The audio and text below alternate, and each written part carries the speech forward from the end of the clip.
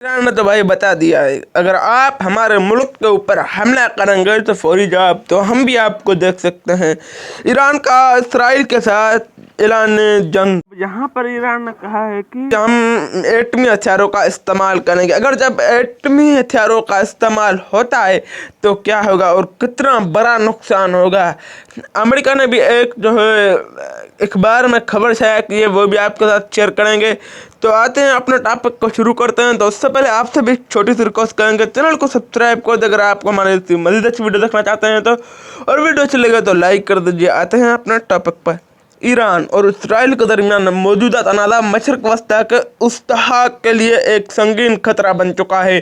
अमेरिकी media report के मुताबिक ईरान इसराइल के खिलाफ एक बड़े हमले की तैयारी कर रहा है और उसने खत्ते के दीगर ममालिकों को भी अपने इरादों से आगाह कर दिया है। ईरान ने वाज़ेह किया है कि अगर ये हमला हुआ तो उसमें ताकतवर और जदीद हथियारों का इस्तेमाल होगा और ईरानी पासदाराना इनकलाब के अलावा ईरानी फ़ौज भी उसमें शामिल होगी।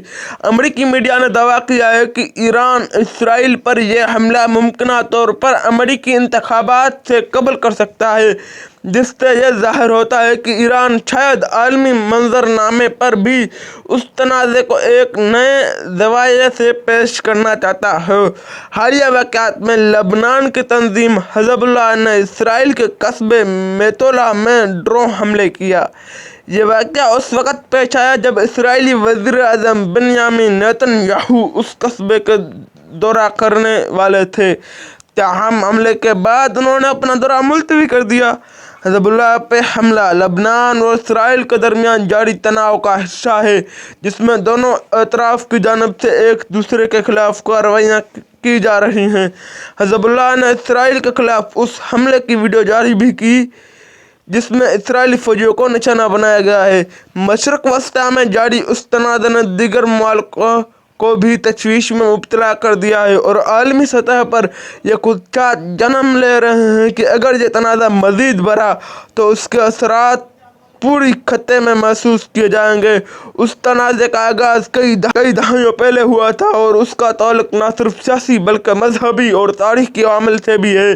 ईरान और इसराइल के दरमियान तनाज़े के पीछे एक तवील तारीख़ है, जिसमें दोनों ममालिक के दरमियान मजहबी, सियासी और मुआशी इख्तलाफात नुमाया है। ईरान की शिया इस्लामी हुकूमत इसराइल के वजूद को मशरक़ वस्ता के इस्लामी ममालिक के लिए एक ख़तरा समझती है, जबकि इसराइल ईरान को अपने वजूद के लिए सबसे बड़ा खतरा करार देता है। लबनान की तंजीम हिज़्बुल्लाह, जो ईरान के हिमायत याफ्ता है, भी उस तनाज़े में एक कलीदी किरदार अदा करते हैं। हिज़्बुल्लाह और इसराइल के दरमियान कई मरतबा जंगें हो चुकी हैं और उन जंगों में दोनों तरफ से बड़ी तादाद में जानी और माली नुकसान हुआ है। हिज़्बुल्लाह का मानना है कि इसराइल के वजूद फ़लस्तीनी अवाम के हुकूक़ की मापाली है और वो इसराइल के ख़िलाफ़ हर मुमकिन कदम करने को इक़दामात लेने को तैयार रहता है। उसकी हिमायत में ईरान हर मुमकिन इमदाद फराहम करता है, चाहे वो माली हो, अस्करी हो या फिर लॉजिस्टिक सपोर्ट। दूसरी जानिब इसराइल के पास जदीद हथियारों की कसीर तादाद मौजूद है, जिसमें ड्रोन, मिसाइल और जदीद तरीन तैयारी शामिल है। इसराइल ने हालिया दिनों में अपने दिफाई निज़ाम को मज़ीद मजबूत बनाया है, ख़ास तौर पर आयरन डोम मिसाइल दिफाई निज़ाम, जो किसी भी हमले को रोकने में कामयाब साबित होता है। ताहम ईरान और हिज़्बुल्लाह के हमले किसी भी वक्त उस इलाके को एक बड़ी जंगी मैदान में तब्दील कर सकते हैं। मेतोला में होने वाले हालिया हमले के बाद इसराइल ने लबनान में फ़िज़ाई हमले किए, जिसमें कई अफराद शहीद हो गए हैं। उनमें 2 वर्कर्स और उनके अलावा दीगर आम शहरी भी शामिल हैं। लबनान में इसराइली फ़िज़ाई हमले के बाद आम शहरियों में शदीद खौफ और हरास फैल चुका है और लोग अपने घरों से निकलने से गुरेज कर रहे हैं। इसराइल का कहना है कि ये हमले अपने दफ़ा में किए जा रहे हैं, जबकि हिज़्बुल्लाह ने इसराइल को सख्त रद्द-अमल देने का अंदिया दिया है।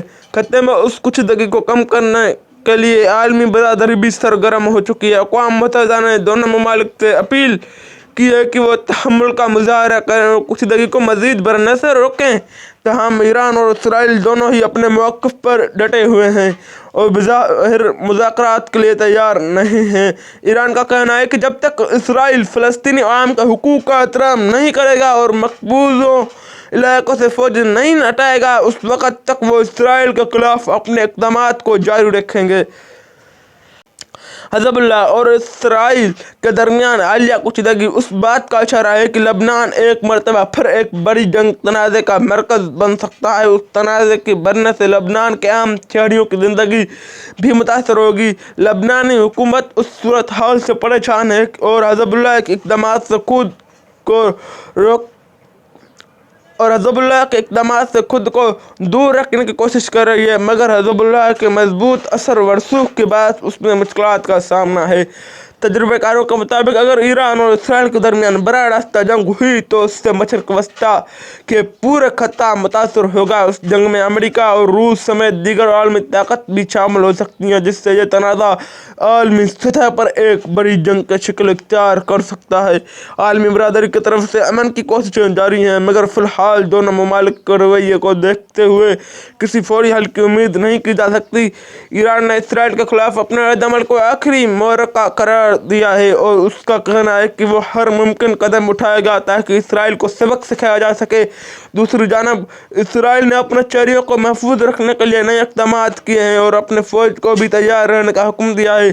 اس کے علاوہ امریکہ نے بھی اسرائیل کی مدد کا عندیہ دیا ہے اور اس کا کہنا ہے کہ وہ اپنے اتحادی کو کسی بھی خطرے سے بچنے کے لیے ہر ممکن قدم اٹھائے گا۔